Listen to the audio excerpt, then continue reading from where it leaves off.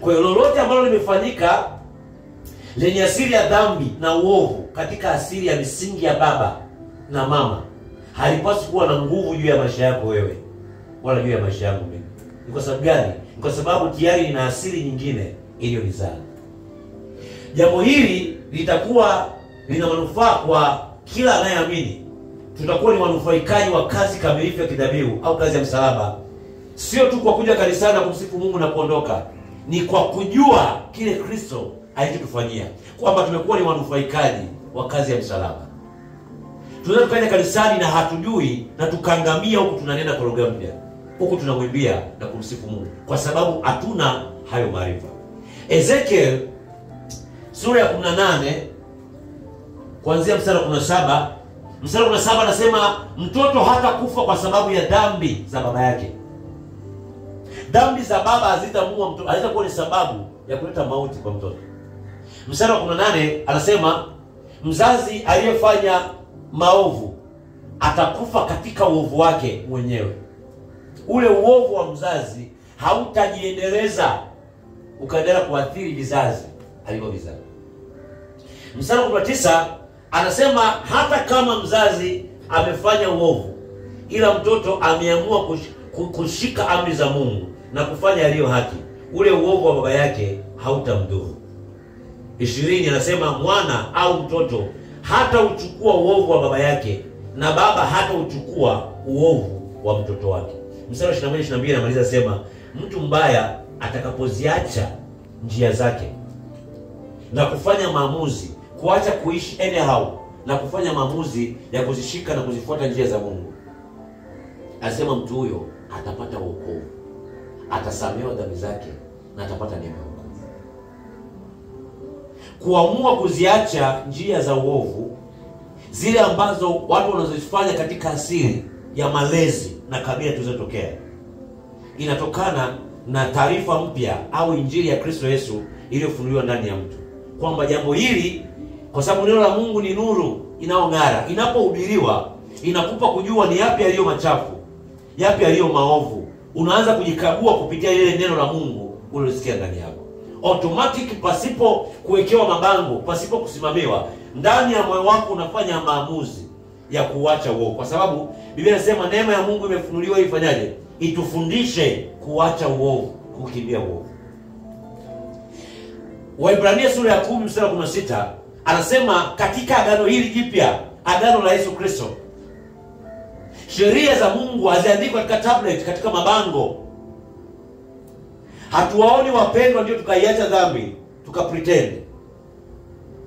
Tunaiacha dhambi na tunaukimbia uovu kwa sababu ndani yetu kuna sheria ya Roho imeandikwa. Kristo amefunuliwa ndani yetu.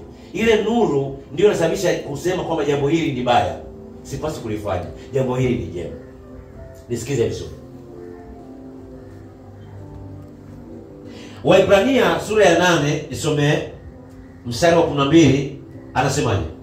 Kwa sababu nitawasamehe maovu yao, na dhambi zao sitazikumbuka tena. Anasema kwa sababu nitawasamehe maovu yao na dhambi zao sitazikumbuka tena. Mungu ni Mungu wa masamaha. Chochote anachokiachilia kwa yule anayeamini, huaga akumbukaji kila alichokifanya juzi. Ila sisi wanadamu, kwa kuwa tuna nature ya kibinadamu, asili ya kibinadamu, kuna watu wengi leo wapo katika neema ya wokovu, wapo makanisani, bado wana feel guilty, wanajiona wao ni hawastahili kwa sababu ya dhambi walizozifanya.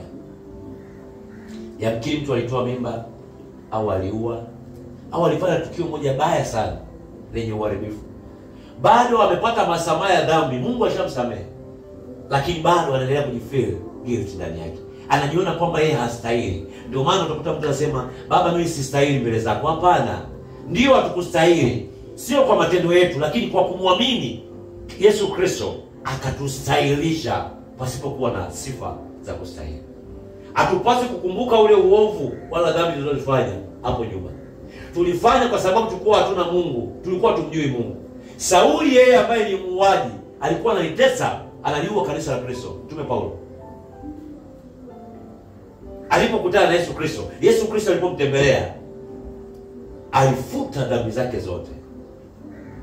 hakuwa anajihisi kwamba yeye ni muuaji bado. Hata kama mitume walikuwa wamechelewa kumpokea, kumkaribisha miongoni mwa kikundi cha mitume, ila Barnaba akamshika mkono, akamwambia huyu amekutana na Masihi, amebadilishwa na sasa amekuwa ni mwanafunzi wa Yesu Kristo, amekuwa ni mtume.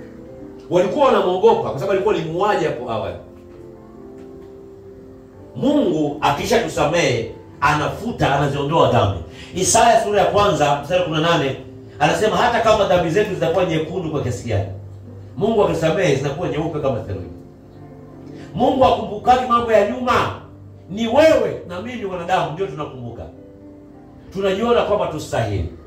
Lakini maana halisi ya toba ni kuacha kabisa na kuamua kugeuka, kuziacha njia mbaya, kuzielekea njia njema. Toba sio sala, sio maombi ambayo tunaomba kila mara, kila wiki. Huko ni kumzoelea Mungu kwamba unafanya dhambi leo, unajua nitatubu, nitaenda kufanya toba. Hapana. Toba ni kugeuka, ni kuwa naelekea hivi, njia ambayo ipendeze Mungu. Unaamua kufanyaje? Kugeuka, unawacha Mungu. Toba sio sala kila siku, hapana. Ukisema nimetubu, sifanyi tena zinaa au asherati, au siibi tena, au sisengeni tena, unapasa kuacha kile unachokifanya kinachomchukiza Mungu na kufanya yale ambayo yanampendeza Mungu. Bwana Yesu asifiwe. Nisikize vizuri. Wengi leo wanatafasiri vibaya maandiko, especially ile andiko la Kutoka sura ya 20 mstari wa 5 na Kutoka sura ya 34 mstari wa 7, ambalo linasema, nitasoma nabii yake, linasema, Mungu anasema, mimi Bwana Mungu wako ni Mungu mwenye wivu, na wapatiliza wana maovu ya baba zao hata kizazi cha 3 cha 4 cha wanichukiao.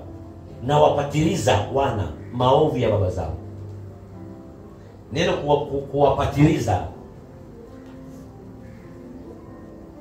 ukisoma kwenye lugha ya Kiebrania wanasema ni pakwad, ni PAQAD, pakwad.